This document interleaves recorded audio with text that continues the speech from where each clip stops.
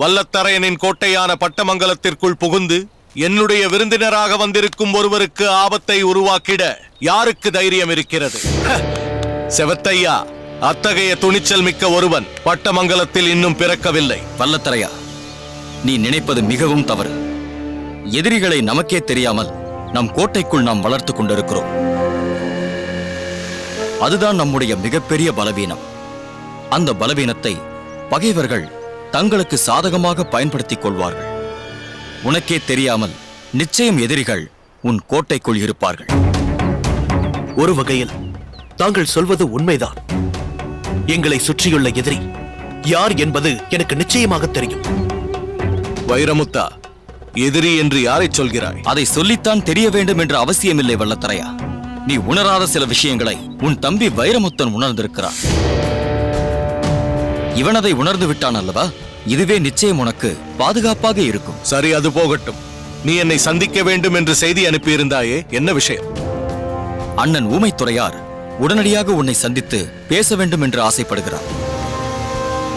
இதற்காகவா நீ இவ்வளவு தூரம் வந்தாய்? இதை வேறு யாரிடமாவது சொல்லி அனுப்பியிருக்கலாமே. அவ்வளவு ஏன் ஞானமுத்தனிடமோ வீரப்பனிடமோ சொல்லி அனுப்பியிருந்தால் போதுமே. அதை ஏற்று நான் அவரை சந்தித்திருப்பேனே. இந்த சாதாரண விஷயத்திற்காகவா உனக்கிருக்கும் பல வேலைகளை ஒதுக்கி வைத்துவிட்டு இங்கு வர வேண்டும்? அண்ணன் அனுப்பி இருக்கும் செய்தியை நீ ஏற்றுக்கொள்வாயா என்பதில் சிறு சந்தேகம் இருந்தது. அதனால்தான் நானே நேரடியாக வந்தேன். ஊமைத்துறையாரின் வார்த்தைக்கு மறுபேச்சு ஏது? அவர் சொல்லும் விஷயம் எதுவாயினும் அதை அவரது கட்டளையாக ஏற்று இந்த வல்லத்தரையன் செயல்படுவார். மருது சகோதரர்களும் ஊமைத்துறையாரும் நடத்தி கொண்டிருக்கும் மரப்போரில் அவர்கள் வெற்றியடைய வேண்டும் என்று இந்த வல்லத்தரையன் நினைக்காத நாளே இல்லை. அவர்களது வெற்றிக்காக எதை வேண்டுமானாலும் இழக்க இந்த வல்லத்தரையன் எப்போதும் தயாராக காத்துக் கொண்டிருக்கிறார். அதற்காக பெரிதாக எதையும் நீ இழக்க வேண்டியதில்லை வல்லத்தரையா.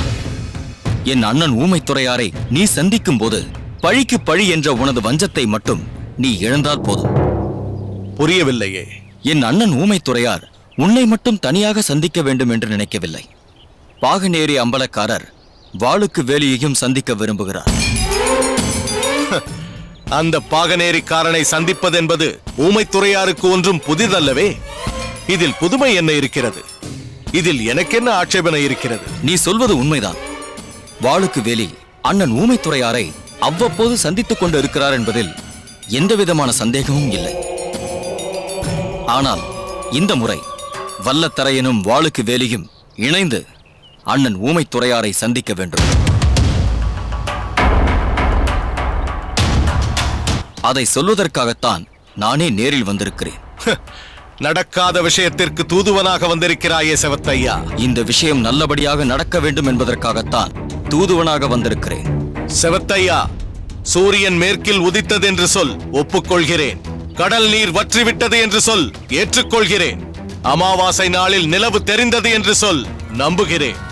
ஆனால் நீ சொல்வதை மட்டும் என்னால் ஏற்றுக்கொள்ள முடியாது. வல்லத்தரையா, வாளுக்கு வேலி மீது கொண்ட வஞ்சக எண்ணத்தை உன்னால் மாற்றிக்கொள்ளவே முடியாதா? முடியும். கொக்கு மீனை கொத்தாமல் இருந்தால், பாம்பு தவளையை விழுங்காமல் இருந்தால், வேங்கை மானை வேட்டையாடாமல் இருந்தால், நானும் அந்த வாளுக்கு வேலி மீது கொண்ட வஞ்சக எண்ணத்தை மாற்றிக்கொள்ள முடியும். அப்படியானால் என் அண்ணனின் கோரிக்கையை நீ ஏற்க மாட்டாயா? மாட்டேன் என்று நான் சொல்லவில்லை. ஆனால் நான் ஊமைத்துறையாரை சந்திக்கும் போது எனது மனநிலை அமைதியான நிலையில் இருந்தால்தான் அவர் கேட்கும் கேள்விகளுக்கு விடை சொல்லவோ அவர் சொல்லும் கருத்தை ஏற்கவோ என்னால் முடியும். என் கண் முன்னால் அந்த வாளுக்கு வேலியை சந்தித்தேன் என்றால் என் மனநிலை முழுவதும் என் எதிரி எதிரிலேயே நிற்கிறான் என்பதில் தான் இருக்கும். அதிலிருந்து அவ்வளவு எளிதாக என்னால் மாற முடியாது. இப்போது உள்ள பிரச்சனையே இதுதான் வல்லத்தரையா. நீ வாளுக்கு வேலி மீது வைத்திருக்கும் வஞ்சம்தான் மருது சகோதரர்களுக்கும் எனது அண்ணன் ஊமைத்துறையாருக்கும் பெரும் பலவீனமாக இருக்கிறது.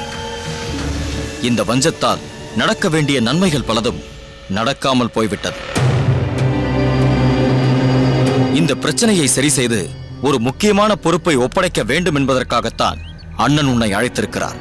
காரணமில்லாமல் எந்த ஒரு காரியத்தையும் என் அண்ணன் செய்ய மாட்டார் என்பது உனக்கே நன்றாக தெரியும்.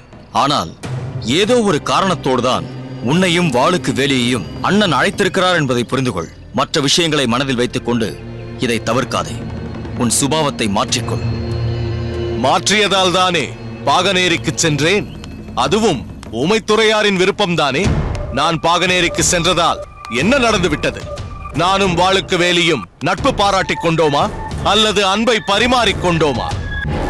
இது உடைந்து போன கண்ணாடி. இதை என்னதான் ஒட்ட வைத்தாலும் பிம்பங்கள் வேறு வேறாகத்தான் தெரியும். இதற்காக நேரத்தை வீணாக்காதீர்கள் என்றுதான் உன் அண்ணனுக்கு புரிய வைக்க விரும்புகிறேன். அண்ணா, இந்த விவாதத்தில் நான் தலையிடுகிறேன் என்று என்னை தவறாக நினைக்க வேண்டாம். நீங்கள் ஊமைத்துறையாரை சந்திக்க செல்வது பாகநேரி அம்பலக்காரரோடு நட்பு பாராட்டுவதற்காக அல்ல. நீங்கள் இருவரும் ஒன்றாக ஊமைத்துறையாரை சந்திப்பதன் மூலம் தமிழகத்திற்கு ஏதோ நல்லது நடக்கப் போகிறது. அதை மட்டும் என்னால் உறுதியாக சொல்ல முடியும். நீங்கள் எதையோ மனதில் நினைத்துக் கொண்டு அங்கு செல்லாமல் இருந்தால் அது ஊமைத்துறையாரின் மனதில் மிகப்பெரிய வேதனையை உண்டாக்கும். அத்தகைய நிலை ஏற்படக்கூடாது என்றால் நீங்கள் நிச்சயம் அங்கு சென்றுதான் ஆக வேண்டும். வாழ்க்கையில் எத்தனையோ நாட்களில் நம்மை பிடிக்காதவர்களையும் வேண்டாதவர்களையும் சந்திக்க வேண்டிய சூழ்நிலைகள் ஏற்படுகின்றன. அவர்கள் நல்லவர்களாகவே இருந்தாலும் நமக்கு அவர்கள் கெட்டவர்களாகத்தான் தோன்றுவார்கள். உங்கள் கண்ணோட்டத்தில் பாகநேரி அம்பலக்காரர் வாளுக்கு வேலை கெட்டவராக தெரிகிறார். ஊமைத்துறையாருக்காகவாவது நீங்கள் அவரை சந்திக்க வேண்டும். வல்லத்தரையா, வைரமுத்தன் மிகவும் பக்குவப்பட்டு விட்டான். வைரமுத்தா, உன்னை போன்ற தம்பிகள் இருந்தால் போதும். அண்ணன்மார்களுக்கு அது மிகப்பெரிய பலமாக மாறிவிடும். தம்பி உடையான் படைக்கு அஞ்சான் என்பார்கள். அது போருக்கு மட்டுமல்ல, அவசியம் ஏற்படும் பொழுது அறிவெனும் கூர்மையான ஆயுதம் கொண்டு அண்ணனுக்கு ஆலோசனை சொல்பவனாகவும் இருக்க வேண்டும். வல்லத்தரையா, உன் தம்பி மிகவும் புத்திசாலி. சூழ்நிலையை சரியாக புரிந்து கொண்டான். இனி இதை பற்றி முடிவெடுக்க வேண்டியது நீதான். சரி என்று சொல்லுங்கள் அண்ணா. சரி, ஊமைத்துறையாரை சந்திக்க வருகிறேன் என்று சொல்.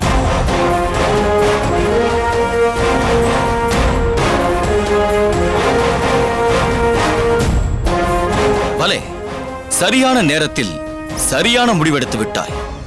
வைரமுத்தா, உன் அண்ணனின் மனதை மாற்றியதற்கு மிக்க நன்றி. நான் வருகிறேன்.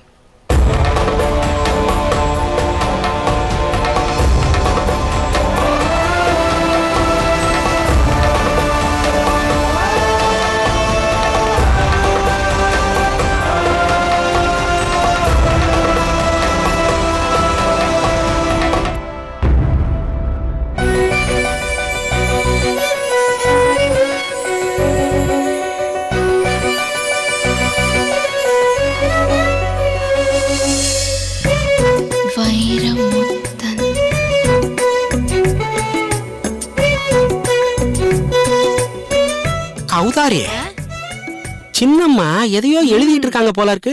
என்ன எழுதிட்டு இருக்காங்க? ஏயா, நானும் உன் கூட தானே நிக்கிறேன். அவங்க என்ன எழுதுறாங்கன்னு எங்கிட்ட கேட்டா எனக்கு எப்படி தெரியும்? எதை கேட்டாலும் சரிக்கு சரி பதில் சொல்லு. ஆம்பளைங்க எதையாவது கேட்டா பணிவா பதில் சொல்ல கத்துக்கோ. ஆம்பளைங்க கேட்டா பணிவா பதில் சொல்றேன். யார் தெரியுமா? ஆமா, இவர் பெரிய மைசூர் மகாராஜா.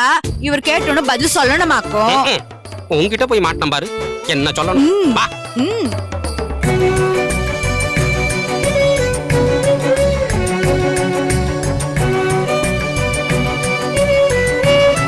வைர முத்தன்.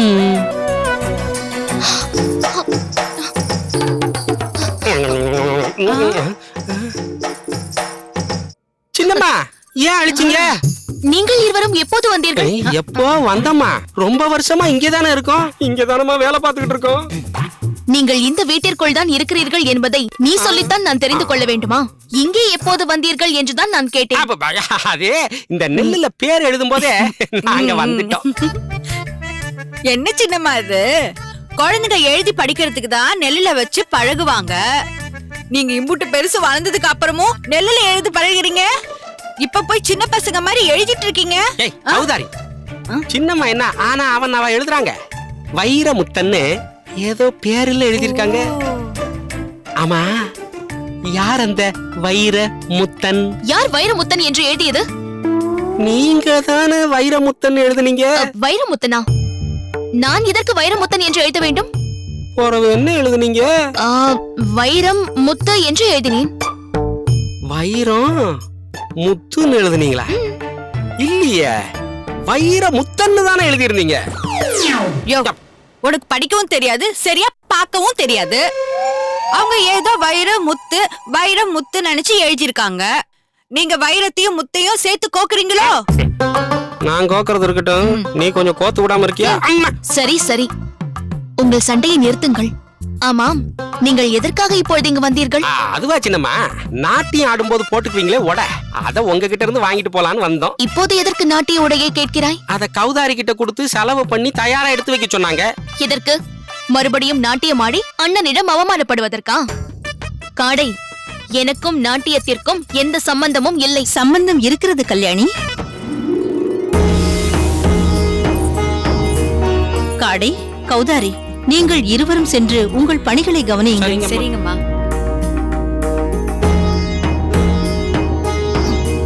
அம்மா, நாட்டியத்திற்கும் எனக்கும் என்ன சம்பந்தம் இருக்கிறது?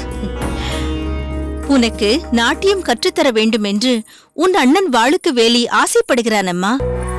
என்னம்மா சொல்கிறீர்கள்? அவர்தானே வளைந்து நெளிந்து உடலை வருத்திக் கொள்ளும் நாட்டியம் உனக்கு வேண்டாம் என்று சொன்னார்.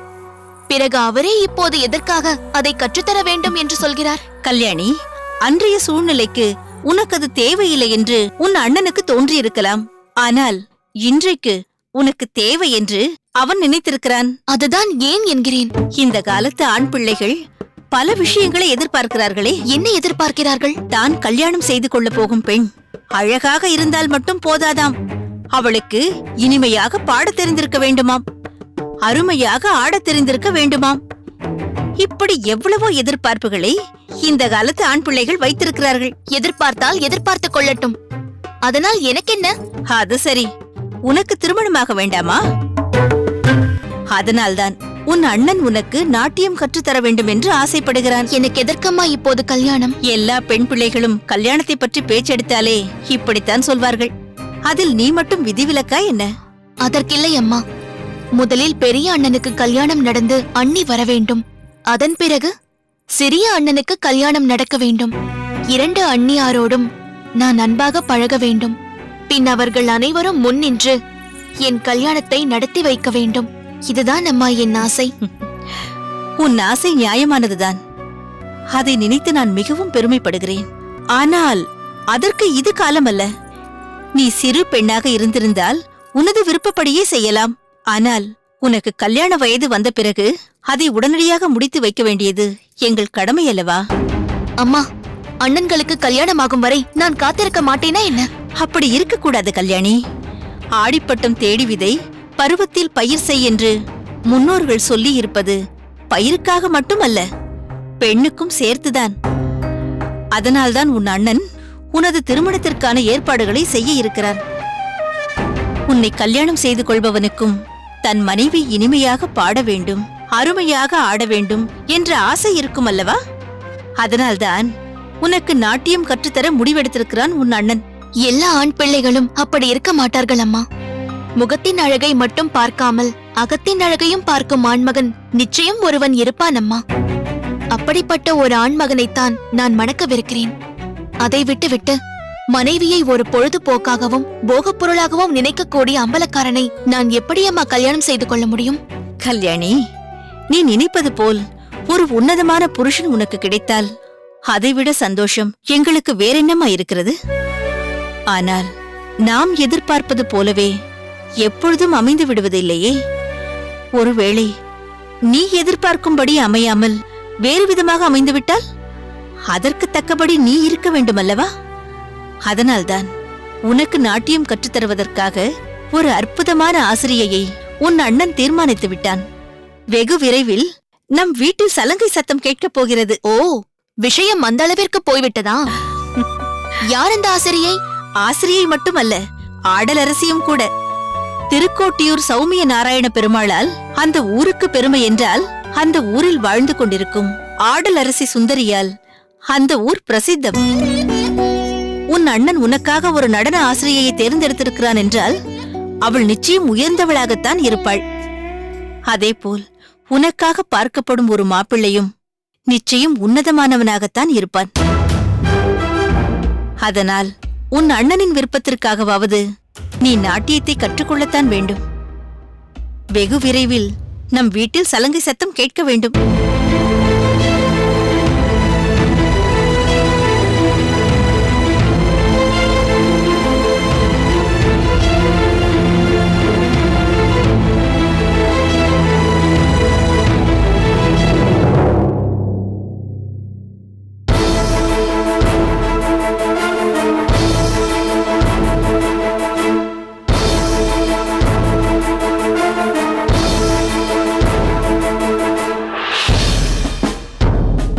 கர்னல், மദ്രാஸ் கேம்ப்ல இருந்து அல்லது அருகில் உள்ள ஏதாவது கேம்ப்ல இருந்து நாம் பிரிட்டிஷ் சிப்பாய்களை வரவழைத்துக் கொள்ளலாமா? ஃபூல்! அப்படி நான் அவர்களிடம் உதவி கேட்டால் அவர்கள் என்னை பற்றி என்ன நினைப்பார்கள்? எவ்வளவுதானா கர்னலின் பெருமை எல்லாம் என்று தரக்குறைவாக நினைக்க மாட்டார்களா? அப்படியே அவர்களை இங்கு வரவழைத்தாலும் நான் மிகவும் படாத பாடுபட்டு அதற்கான திட்டங்களை வகுத்த அந்த மருது சகோதரர்களை கைது செய்தால் எங்கள் உதவியினால் தான் கர்னல் அக்னியூ மருது சகோதரர்களை கைது செய்தார் என்று அந்த புகழின் பாதியை அவர்கள் தட்டிச் சென்று விட மாட்டார்களா?